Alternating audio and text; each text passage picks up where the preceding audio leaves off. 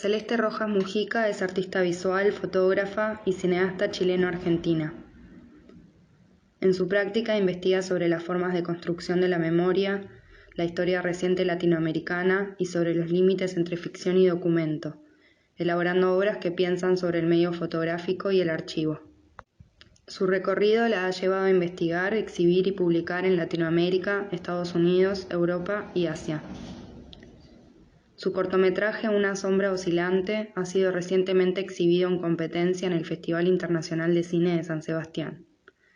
Actualmente se encuentra trabajando en su primer largometraje documental. En este primer diálogo en territorio específico hablaremos de su proyecto de ejercicios de aridez, investigación de largo aliento sobre una misteriosa imagen dibujada en el desierto de Atacama, relacionando esta con eventos políticos sucedidos en el Cono Sur y las nociones de mapas físico y político. Yo con el proyecto que se llama Ejercicios de Aridez, no fue un proyecto que yo me propuse hacer o que surgiera quizás como otros en los que, por ejemplo, yo decidía ir a hacer una residencia y entonces luego de esa experiencia encontrarme con ciertas cosas en ese lugar, iniciaba también un proceso de producción artística, sino que en este caso fue como una suerte como de noticia que apareció. Justamente yo venía de hacer una residencia en el desierto de Atacama en el 2015, que fue una residencia convocada por el Consejo de la Cultura en Chile. Y al regresar a Santiago, mi hermano, comentando en relación a lo que había sido esta experiencia, me pregunta si yo sé sobre esta historia. La historia de que hay un sable corvo, un cuchillo corvo, muy gigante, dibujado en pleno desierto, en medio de la nada.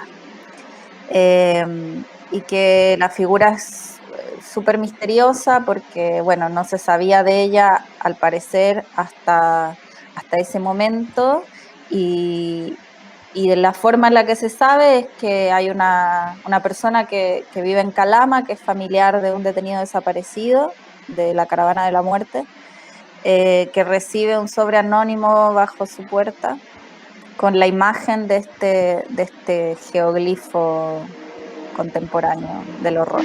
Ella decide ir a hablar con un juez que lleva la causa de la Caravana de la Muerte justo en ese momento. O sea, esa carta es como una especie de provocación o de amenaza o no sé, como un mensaje encriptado muy raro. Y bueno, en ese intercambio que tiene con este juez y quienes llevan esa causa deciden ir como a buscar este dibujo sobre la Tierra y realizar como una investigación a ver si tal vez ese dibujo está señalando algo, como por ejemplo una fosa común donde pueden encontrarse restos o bueno, lo que fuera. Y como no encuentran nada, deciden cerrar el caso y bueno, no se sabe nunca más nada, nunca más aparece ninguna información al respecto. Decido ponerme a trabajar bastante, como a indagar sobre la historia del corvo, como en relación a su uso como social, de dónde proviene, y esa investigación recorre desde, no sé, leer foros de milicos hablando sobre los corvos, hasta algunas reseñas que hay de apariciones de corvos en la literatura colonial. Entonces, bueno, hay como, al parecer, toda una parte de esta asimilación en Chile del arma que proviene del periodo de la colonia, y particularmente en el norte de Chile, que es justamente donde está el dibujo, el arma se empieza a emplear como arma realmente a partir de la Guerra del Pacífico, que es cuando ese territorio es usurpado a Bolivia y a Perú por el Estado de Chile. Pero es empleado por el ejército justamente porque el ejército enlista a los trabajadores que en esa zona son en su mayoría mineros artesanales, y al momento de que estos se incorporan, que no son militares de oficio, digamos, incorpora también las herramientas que estas personas utilizaban en su cotidiano. Entonces se presume que en realidad el arma, antes de ser un arma utilizada para matar, era una herramienta de trabajo, por eso es tan pequeña también, para picar y poder extraer mineral de la roca. Es un arma que tiene un doble filo, entonces lo que hace, y principalmente se usa como para abrir el cuerpo y despedazarlo, requiere de quien lo usa, por un lado, como mucha destreza y mucha brutalidad. Sí, es como muy monstruosa el uso del arma, digamos. Entonces también tiene un arraigo ahí como en torno al horror de nuestra historia, que es muy... yo no sé si hay otra arma que tenga como ese peso. O sea, el arma pasa a ser un arma del uniforme oficial del Ejército de Chile en el marco de la Guerra del Pacífico, que también es una guerra como muy determinante de la configuración del Estado moderno. Y de lo que implica ser chileno y como esa como reivindicación de esa idea de ser chileno que tiene que ver con haberle ganado como un territorio a sus fronteras, a sus países vecinos. Sí, hay que decir que fue una guerra imperialista patrocinada claro, por Inglaterra. Claro.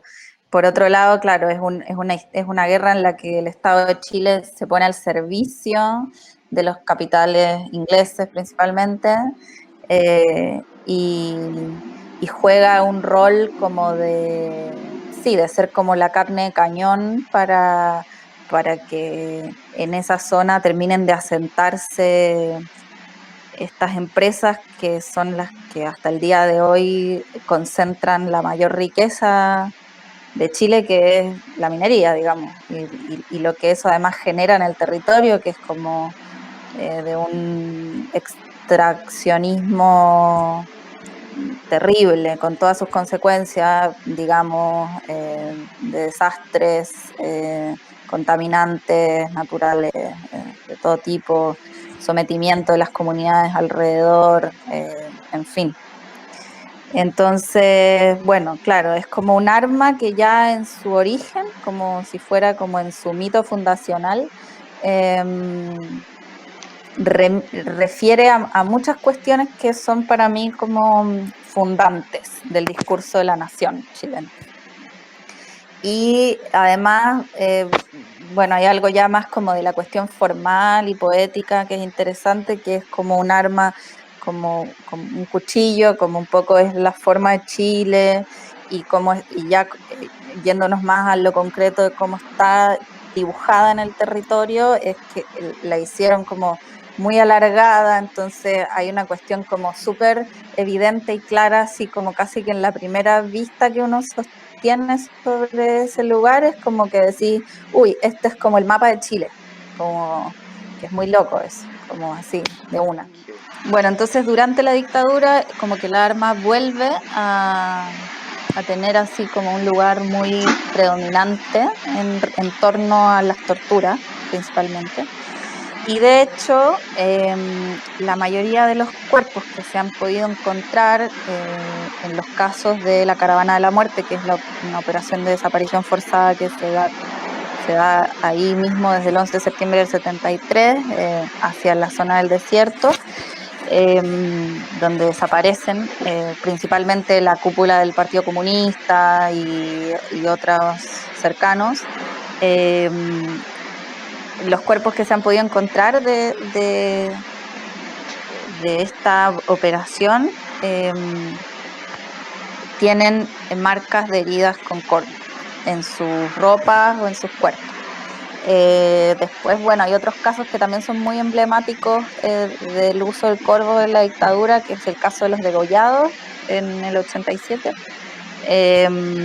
donde a dirigentes sindicales y, en fin, a 3 personas que salen de afuera del colegio latinoamericano, los secuestra, se sabe después que son la dirección de carabineros, se los secuestra y se los lleva hacia la zona poniente de la ciudad y se los degolla con corvos también.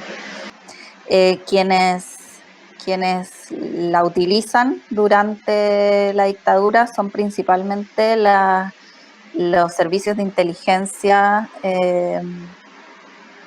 y agentes. La policía secreta de Pinochet, digamos.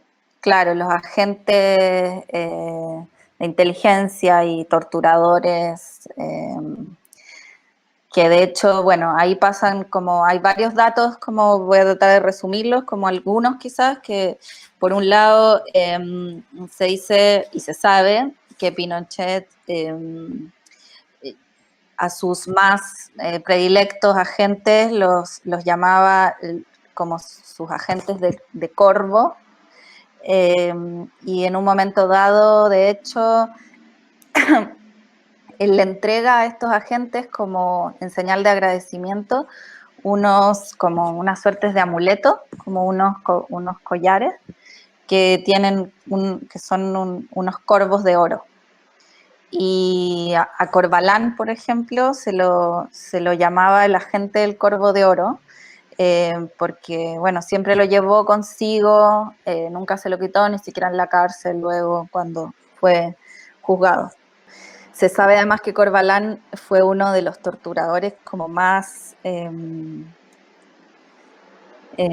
brutales de la DINA. Entonces...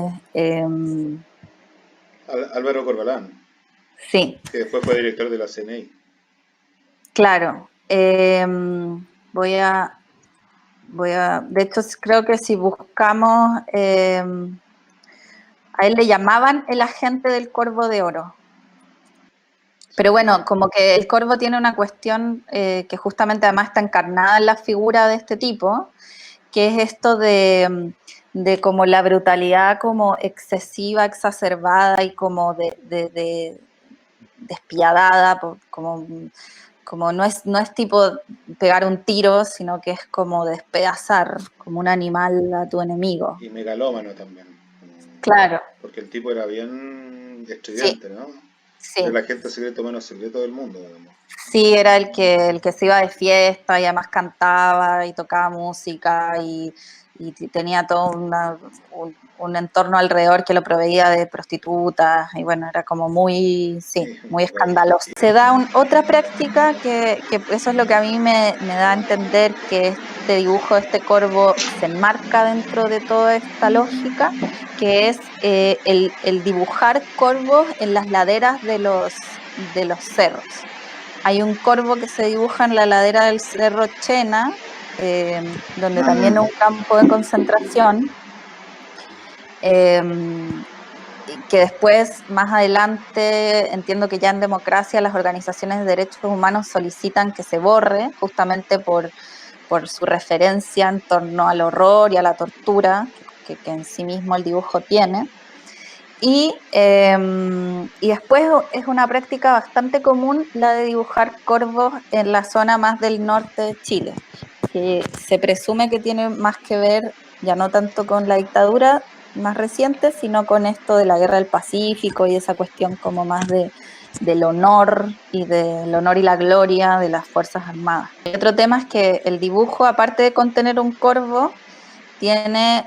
y esto es como todo muy críptico, tiene 2 números dibujados a cada costado del arma, de la empuñadura, un número 73, otro 78, y luego, que esta es otra cosa que yo me di cuenta al estar ahí, porque no era información que estaba en esta nota de prensa, que es la única que existe, arriba tiene un 11, justo cuando el dibujo arranca, digamos, como si fuera en la parte superior del mango del dibujo, arranca esas dos líneas que son las que arman el dibujo, en verdad arriba son un 11.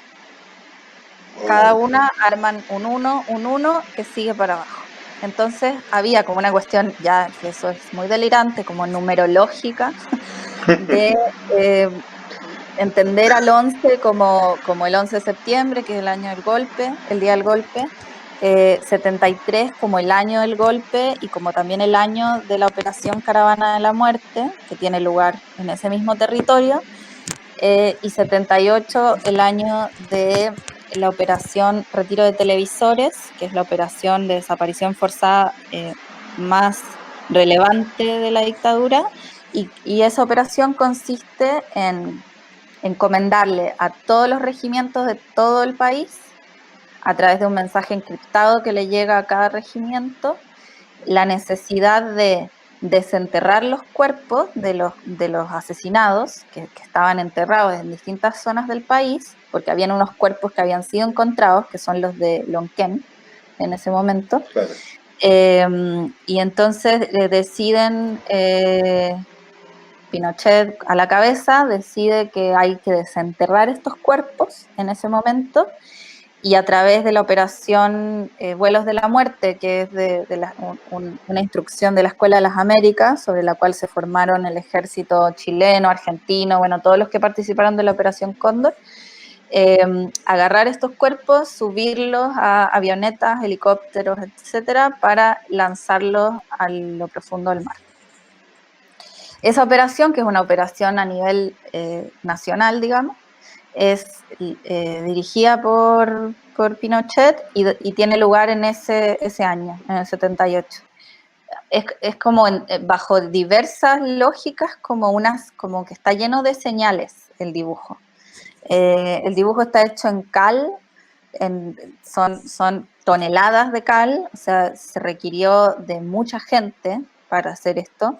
Es un dibujo de 2 kilómetros de extensión. Wow. Si se está desde un extremo del dibujo, tú no puedes ver el final del dibujo estando ahí. Y bueno, de todo esto yo me pude dar cuenta cuando finalmente, después de mucho investigar, pude ir. Logro ir en el verano del 2018 a trabajar en el lugar. Y eso implica tener que encontrar ese lugar, porque también está en medio de la nada. Entonces, bueno, pude ir, fui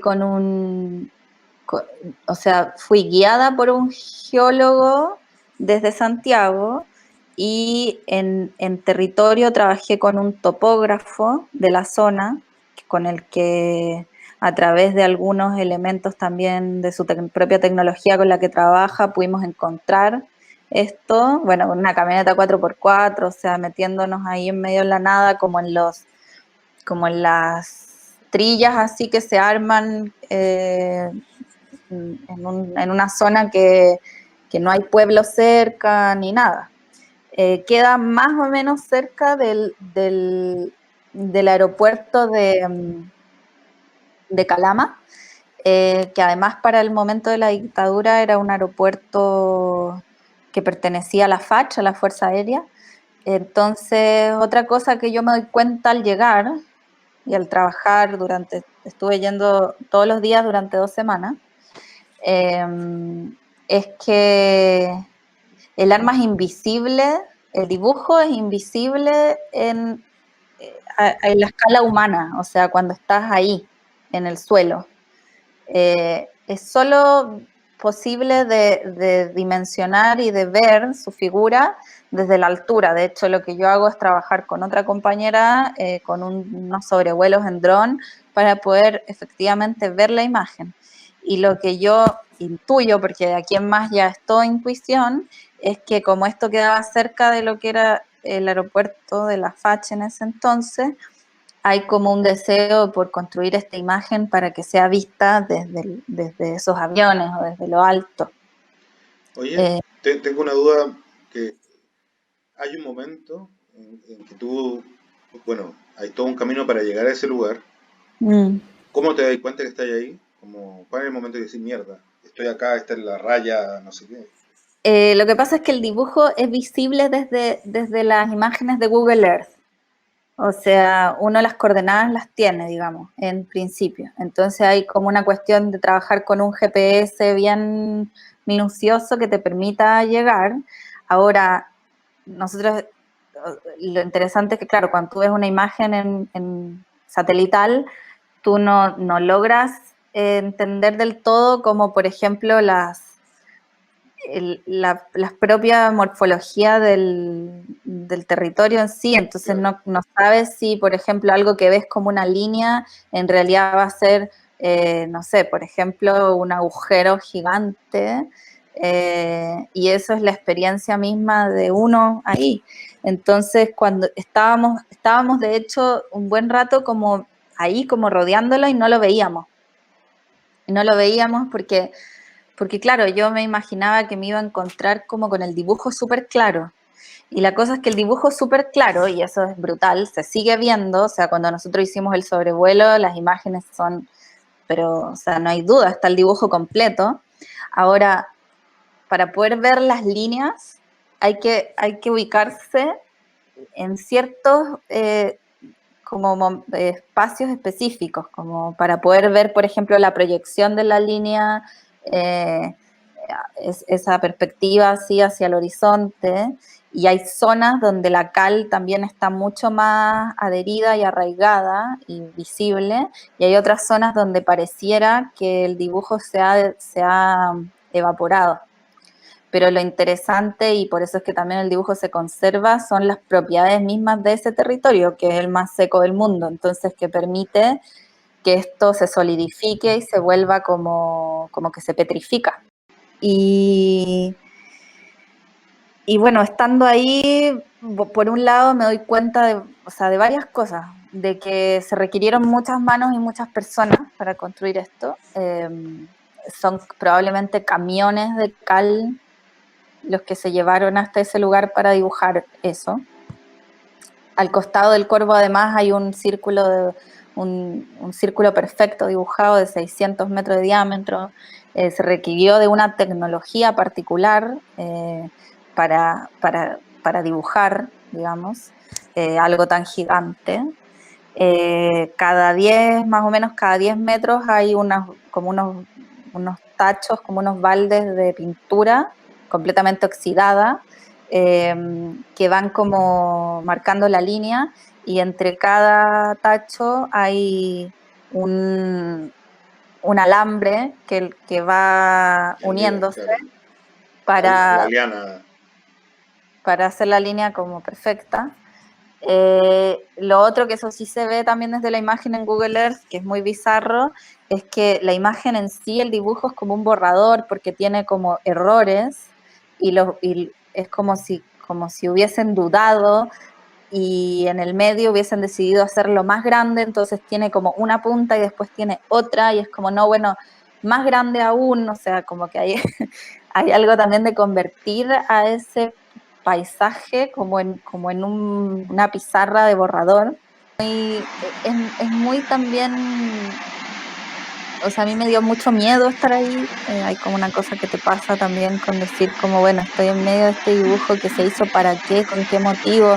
Hay una parte que es inasible, o sea, hay información sin duda que por más que yo visite ese lugar 100 veces más, no va a haber forma de descubrirla. Y eso tiene mucho que ver, yo siento también con, bueno, con todo lo que estas personas se han guardado respecto a los casos de lesa humanidad, y que son tan determinantes para el presente de Chile. Y todas estas cosas también aportaron como para ir definiendo como, bueno, nuevas reflexiones, nuevas investigaciones, nuevas ideas que rondan para mí al proyecto. Yo siento que es un dibujo muy críptico, así como también lo fueron esas operaciones y los mensajes que se enviaron en el marco de esas operaciones. es como una imagen del horror en todos los sentidos que podamos pensarlo, hasta en eso como inasible del horror, como eso de que no nos da la cabeza para entenderlo, porque eso solo lo puede como quizás imaginar quien ha estado como con el horror cara a cara. Y también tiene una particularidad que para mí es como un hallazgo, como un eje posible sobre el cual trabajar, que es como esta combinación de lo que es un mapa político y un mapa físico. Y esto puede ser pensado partiendo desde la lógica escolar, como de lo que son estas nomenclaturas en la enseñanza escolar, que es además donde se asientan los discursos nacionales, digamos, donde nosotros aprendemos la historia y geografía de Chile, donde aprendemos los símbolos patrios, donde aprendemos a ser chilenos.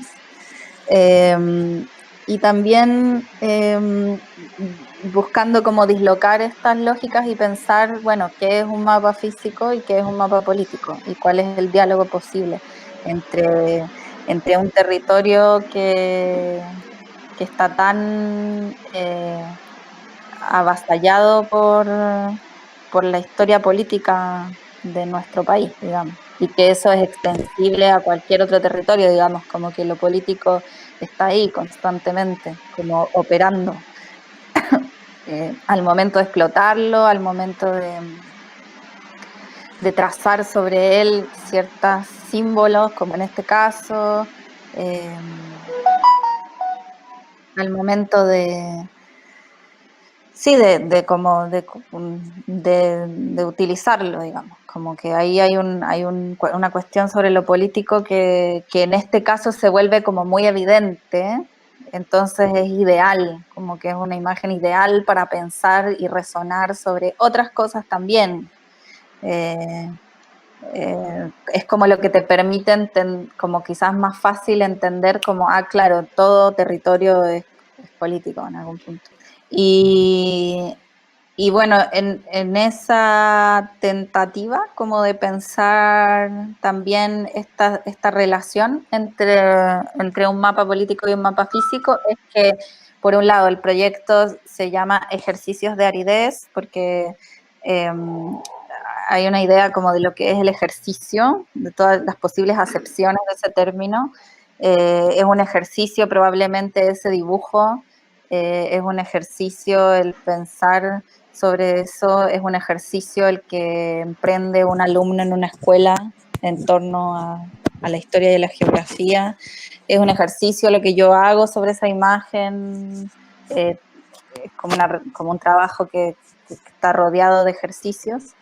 Y por otro lado es que decido trabajar con mi hermano, que es escritor y que también reflexiona sobre algunas de estas cuestiones en su propia obra, y le propongo que escriba un texto donde él decide hacer como 2 capítulos, donde uno es mapa político y otro es mapa físico. El texto se llama Mapas de Aridez, y ahí es un texto poético, entonces tiene varios como versos. Y entonces él escribe este texto que un poco reflexiona, da pistas, piensa sobre este largo y angosto pedazo de tierra, como un cuchillo. Y el corvo es, bueno, como ese eje sobre el cual pensar este territorio. También, o sea, como tan explotado y tan devastado y tan ninguneado, pero a la vez tan requerido por el discurso nacional constantemente, como que hay yo no sé, o sea, entiendo que eso pasa en todos los discursos nacionales que defienden como la idea de nación, que piensan al territorio dentro de su discurso, pero en Chile para mí hay como una como insistencia sobre ciertos elementos de la geografía para definirnos, como la cordillera, el mar, el norte y el sur, porque como es tan flaco es como que hay como una cuestión ahí como de puntos cardinales como muy exacta y muy definida como para pensar estas cuestiones. Y entonces, bueno, el texto como que va reflexionando y echando luz sobre esta imagen en torno a esto del mapa físico y el mapa político. Y hay un diálogo, o sea, la obra está contenida como en una serie de imágenes y es una instalación que tiene un código Morse que emite ese mismo texto y que ilumina la imagen. Pero hay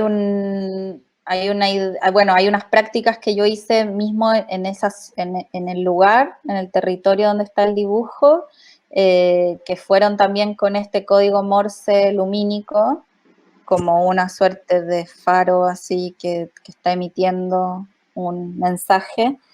Y ahí como que filmé esta linterna en medio del desierto, pero después la idea es que esa misma linterna sea la que ilumine a la imagen del corvo en una sala,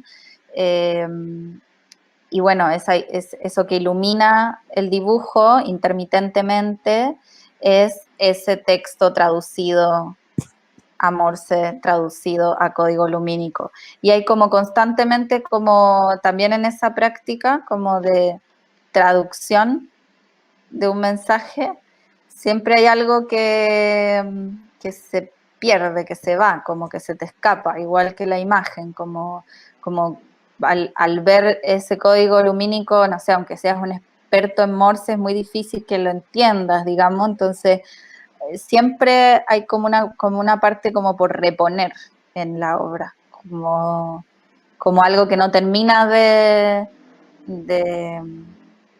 definirse. Este dibujo, por dónde está para mí y por probablemente quienes lo hicieron, y bueno, una serie de elementos, es muy marginal. Y eso también es muy interesante porque, claro, no es de los dibujos, o sea, no forma parte de esos símbolos oficiales. Son como el corvo, como el corvo en sí mismo, el arma, es un elemento como de lo que no se dice, de lo que no se habla, de lo que no se enaltece particularmente como parte de esa retórica de la dictadura. A mí lo que me importa principalmente es que se exponga en Chile, porque siento que dialoga, y ahí también quizás es algo que te puede interesar, como que para mí dialoga también con un territorio específico, no solo es una obra que existe por causa de un trabajo en territorio específico, sino que también hay una cuestión entre la producción y la recepción que es fundamental para mí y que no se termina de cerrar si es que no está en diálogo con ese público, que es quien más probablemente va a verse interpelado con todas estas cuestiones.